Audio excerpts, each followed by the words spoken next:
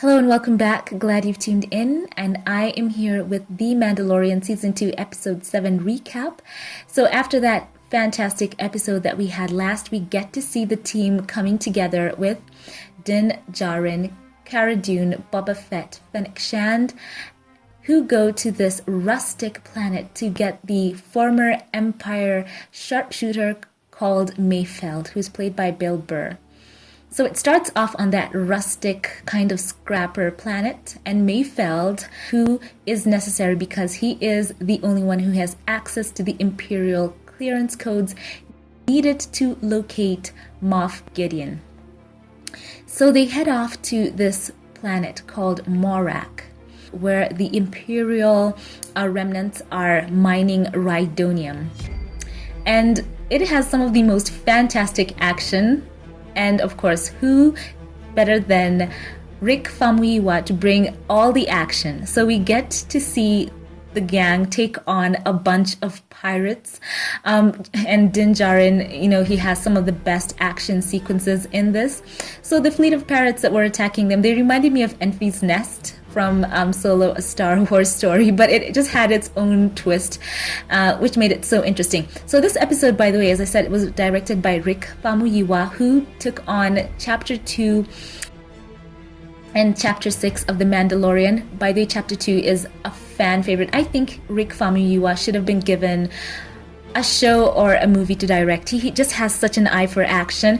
And, we're all on this high of... And let me just go here on this rapid trail and say that we're all on that high of seeing all the shows that have been announced. The Ahsoka Tano show, the Cassian Andor show. By the way, I did do reactions to that, so be sure to check out for those links.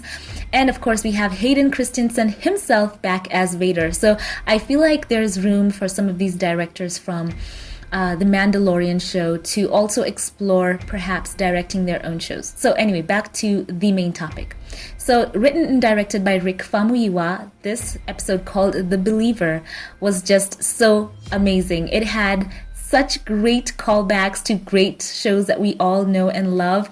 It had a little bit of... It had a mix of classic Western trained top chase sequences. It had a whole side of sniper action, and it just had this whole Star Wars-esque feel to it, just running through. So great directing by him. I just love this director. Okay, so we finally get to see them rescued in the end by Imperial forces, and you've never been so happy to see stormtroopers, Bill Burr's Mayfeld quips. So yeah, we finally get to see, by the way, a nice glimpse inside the Empire lunchroom. I heard them say we've never seen the rebels or, those in the Empire having lunch or breakfast, but we finally get to see it here. It looks bleak, and it's as you'd expect the Empire to have it. It just has such a bare feel to it, and it just feels so static, if I can use that word, very uninspired. But, we did get a glimpse inside of that. So... this is the moment where we finally get to see the mask lifted. We finally get to see Din Djarin, and we all know that his creed before was that they could not take off that helmet. So it's very interesting that the episode is called Believer. I think it has very many layers to that, because as you could see, there is Din Djarin once again challenging that belief that he had to have his helmet on at all times. He first breaks the rule somewhat breaks it by putting on the stormtroopers, if I can call it that, their helmets, or whatever those kind of troopers were. He puts those helmets on, so he's kind of pushing the bounds. And then in the end, to save Baby Yoda, as his face is being scanned, and it just requires that he has to take his mask off, he absolutely unmasks. And there is just a moment where you see it in his eyes, just fantastically acted by Pedro Pascal. You could sense the weight of the moment, questioning all of his beliefs, and it was so well acted. He has been in that cult, as Bo-Katan put it, and now he's questioning his beliefs from those episodes, and he finally takes the mask off. I wonder what the repercussions of that will be, because this is someone who has been in that cult, been programmed to understand that he had to have that helmet on at all times. It was part of his identity, his religion, in quotes. So yeah, I want to see the ramifications of that moving forward. And yeah.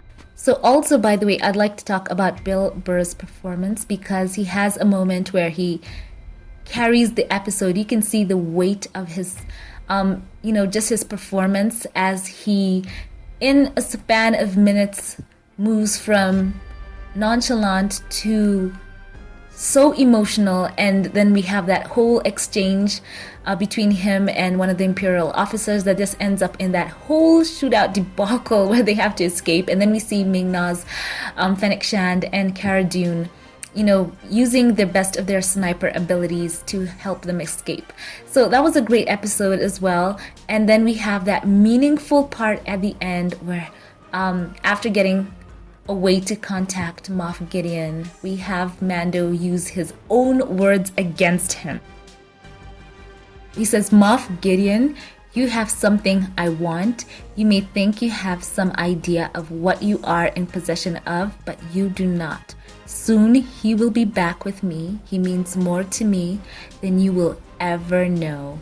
So yeah, that was such a chilling moment for Moff Gideon, and the weight of the moment, you can imagine Din Djarin has had quite an arc from that Lone Ranger who was just, brutal and taking on his bounties with no remorse whatsoever, moving on into this compassionate father figure and really just a father to, Grogu. So you can see, and also I think him taking that mask off did not make him super duper happy, because it was something he just had to do to save his kid. So yeah, Moff Gideon's gonna pay for that.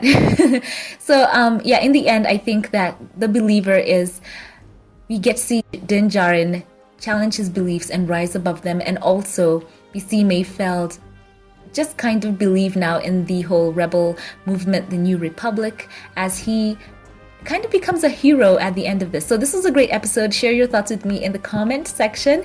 Thank you to all my Patreon supporters. Thank you for choosing to support my page. I love you all. Have a great day, and also be sure to check out for more fun videos and reactions in the links and in the end screen, as well as the pinned comment. Thank you for watching, and I will catch you in the next one.